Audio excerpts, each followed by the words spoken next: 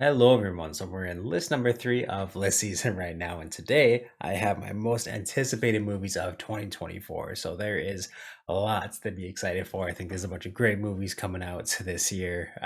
Well, I should say next year, 2024. But yeah, there's a lot that gets me very, very excited. A lot that has me on the fence, a little nervous about. But from everything that I have here that has like confirmed 2024 release dates, I'm pretty excited for.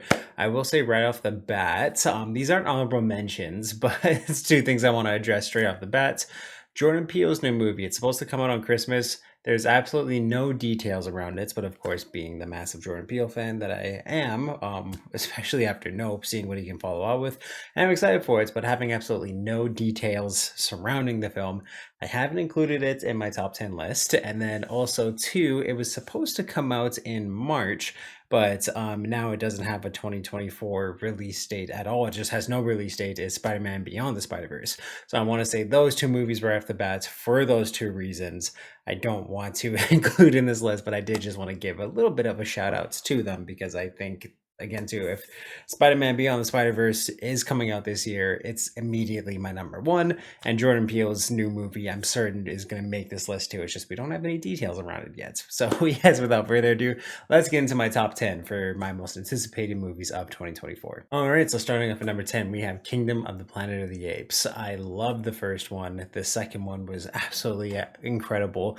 Everything to do with Planet of the Apes movies, I usually very much enjoy. I will say War of the Planet of the Apes wasn't my most favorite movie in the world. I found it was very goofy, very silly, devoid of logic in a lot of ways too. But this taking place 300 years after the death of Caesar has they can start really fresh on a lot of things. And just again too, from our first look from it, all the CG effects, everything like that looks absolutely beautiful. Seeing nature fight back and take over the planets is something very exciting. And I'm certain there's a lot of twists and turns that this movie's going to take, but really, again, to getting into the Planet of the Apes kind of how they started off, like the original ones, is now where they're at in this saga, and I'm very excited to see what they do with it. Because again, too, there's just so much that they can do with it now. Number nine, not a whole lot of details around it, but Alien Romulus has me very excited. It has some really great actors in it. The girl who played Priscilla this year is going to be within it, and I thought she had an amazing performance. So seeing her take on more roles is going to be really cool. This takes place between Alien and Aliens, so again, too, just seeing that in between time between both movies, I think is going to be something very interesting. And I'm wondering if they're going to do things to change the lore of Alien a little bit or add on to the ending of that movie or the beginning of Aliens. There's a lot to do.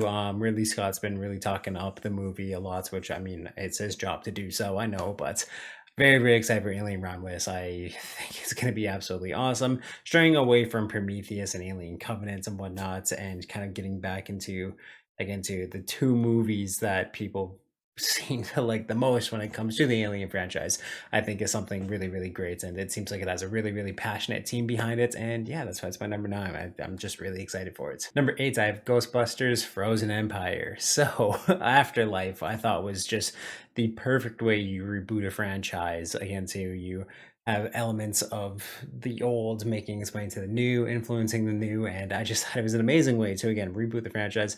I really enjoy the new characters. I thought it was hilarious, and just again too, just the style and the heart that it had of the original films. I thought it captured it perfectly, and I see a lot of it from the first trailer for Frozen Empire. So I think it's going to be an absolute blast of a time. It looks really fun. The villain looks terrifying, and yeah, I can't wait for it. I think it's going to be absolutely awesome. And yeah, just more Ghostbusters is always good in my books. Number seven, I have Gladiator 2. So of course the cast around this is absolutely amazing. Ridley Scott back in the director's saddle for this one.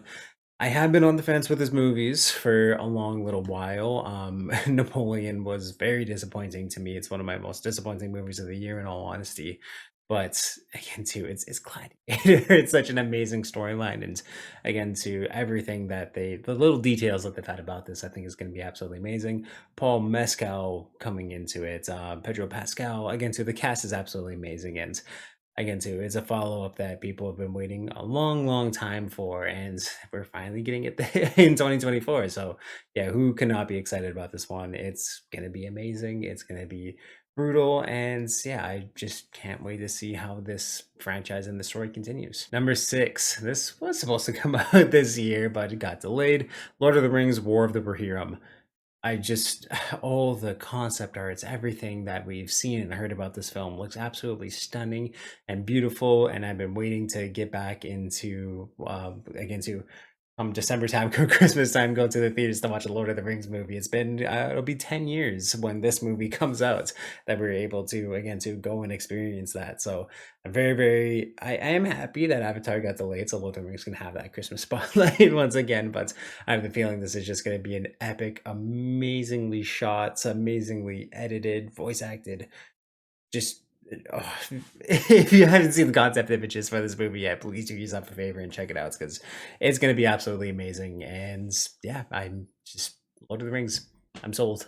Number 5, we have Marvel's only release for 2024, and that is Deadpool 3. Of course, there's so many rumors going around this movie, and I'm trying my very best to avoid all of them because I don't want my expectations to be through the roof for this one. But bringing Deadpool into the MCU, I think is going to be something absolutely hilarious. I can't wait to see how they do it.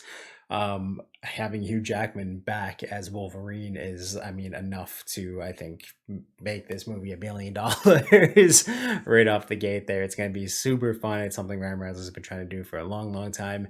And it does kind of seem like it's supposed to be a Deadpool kills the Fox universe sort of story. There's a lot that they could do. There's so much that they can do with this movie. And again, so I'm certain it's going to be cameos galore. I'm just really hope it's fun. I can't wait to see what they do with it because it almost has unlimited potential for what it could do. So yeah, Deadpool 3, just the hype around it. It's too much not to have it in the top 5. Number 4, I have Joker 2. So I am very excited that this is actually going to be a musical. I think that it is a very, very unique and very, very bold take that I think again too is just really, really going to fit the narrative that again too the first movie was so great in the sense that you had no idea what was actually real, what he was doing, if it was just in his minds, and again to having him a little more in tune of what he wants and glamorizing these things in his head and making the musical. I think there's just going to be a lot of really cool imagery, a lot of really cool songs, and just a lot of really cool again metaphors within the songs, and just again to how things events are playing out. I think it's going to be absolutely great. Having Lady Gaga attached as Harley Quinn in it, I think is going to be extremely interesting. But again, too, I can't wait to see where they take Joker too, because again, too, a lot of the Batman tie-ins that it had in it, I thought were absolutely fantastic. Can't wait to see how long, like in the future, or sorry, like from the events of the first one to the events of this one, I wonder like how much of a time jump there's going to be. There's I can see just a lot to get excited for with this one, and yeah, it's Joker. It's going to be awesome, and I'm very excited for it. Number 3, Robert Eggers, Nosferatu. Man, I can do everything from the little images that we've seen to Robert Eggers. I think is just one of the best horror directors out right now. I love his movies. The Northman was absolutely incredible, but having him return to his horror roots within this one is going to be great. Bill Skarsgård, Lily Rose Deep, Nicholas Hoult is in it. Willem Dafoe is in this movie. I think it has an amazing cast, an amazing, super amazing talented director behind it, and again, too, I'm very glad that we've seen a lot of Dracula movies kind of make their way into the fray, and in honesty, kind of fail the legend that we know of Dracula in a lot of ways. So having the Nosferatu persona come in, and again, to such a talented director behind it, and this really seems like a passion project of his. I'm very excited for it to get into. I love Robert Eggers and I can't wait to see what he does with Nosferatu. Number 2, Bong Joon-ho, Mickey 17. Robert Pattinson attached to this as well. Very, very excited to see where this movie's going to go. Again, too, we don't really know much about it, but I've been a massive fan of Bong for the last, I mean, 15 years I think ago was when I started watching his movies. So I'm just very, very whenever Host came out, I believe that was 2006, was when I really got into his movies and started following him. So just very, very excited to see what he's gonna do with Mickey 17. Not a lot of plot details around it, but um again to seeing him kind of take on that dystopian sci-fi. It seems to be a dystopian sci-fi take that he would have done like with Snowpiercer, having him do it again with Mickey 17 and such a talented actor. Like Robert Pattinson has me very, very excited. So March can't come soon enough because, yeah, I'm certain Mickey 17 is going to be one of those movies that just sticks with you the entire year. All right, so before I get into my number one pick, I have some honorable mentions. So those ones are going to be Furiosa. Again, too. I had my little gripes around the CGI kind of complaints that a lot of people seem to have around the first trailer for this movie, but the music is epic. The shots look epic. I'm certain that the action is going to be absolutely amazing. Again, too, it's the first trailer. CGI is definitely not going to be finished by now. And again, too, seeing all these details about how hellish it was to create Fury Road and film a movie of that scale practically. I understand why they would have went a little more digital, especially having it be like 10 years later and on the scale that this movie seems to be, but it looks awesome, and every single time I watch the trailer, I get goosebumps. It's just a very, very well-crafted trailer, and I'm certain it's going to be a very, very well-crafted movie. Number two, in my honorable mentions, I have Ballerina. So this is Anna de Artemis, and it takes place within the John Wick universe, and yeah, I'm certain this one's gonna be kick-ass and absolutely awesome. There's rumors that Keanu's gonna make a appearance within it, or John Wick's gonna make an appearance within it, or at least have somewhat of a role within it. But I can't wait to see what they do with it. Again, too, I was surprised how much I enjoyed The Continental. I thought it was a very, very well crafted show, so it just got me even more excited for the extended John Wick universe that we're gonna be seeing in a Ballerina. And then number one on my honorable mentions is Civil War. So this is Alex Garland's new movie. We got a trailer for it just a few weeks ago. And again, too, it gave me goosebumps. I thought it looked very, very well done. It looks very intense. It's supposed to be like a 3 hour and 15-minute long movie. My studio A24. So I'm just really, really excited to see what he's again to have going on with this one. It looks very intense and just really right up my alley. So I had to put it into my honorable mentions and just missed out on my top 10. And number one, again, it is Dune 2. So we were supposed to get this movie back in October, but due to the actor strike, they delayed it. And yeah, now it is going to be coming out March 1st. So again, too, I've said so much about how hyped I am with this movie, but it looks absolutely incredible. I thought again too, the first one was so well crafted, and I just can't wait to see it. Everything around it just gets me so so excited. It's gonna be a day one watch for sure. As early as I can watch it, it's gonna be when I watch it. And yeah, the effects are amazing. The cinematography is amazing. Denis Villeneuve is again too just becoming one of my most favorite directors of all time, and I love everything that he's doing with it.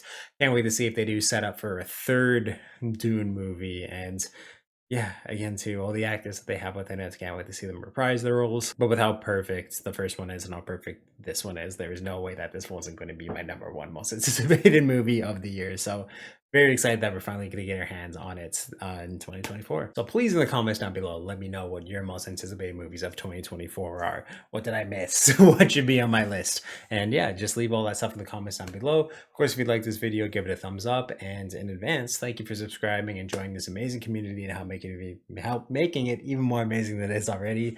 And yeah, I just can't wait to watch all the movies that I possibly can in 2024, talk about them with you guys, and yeah, I'm just super hyped for it.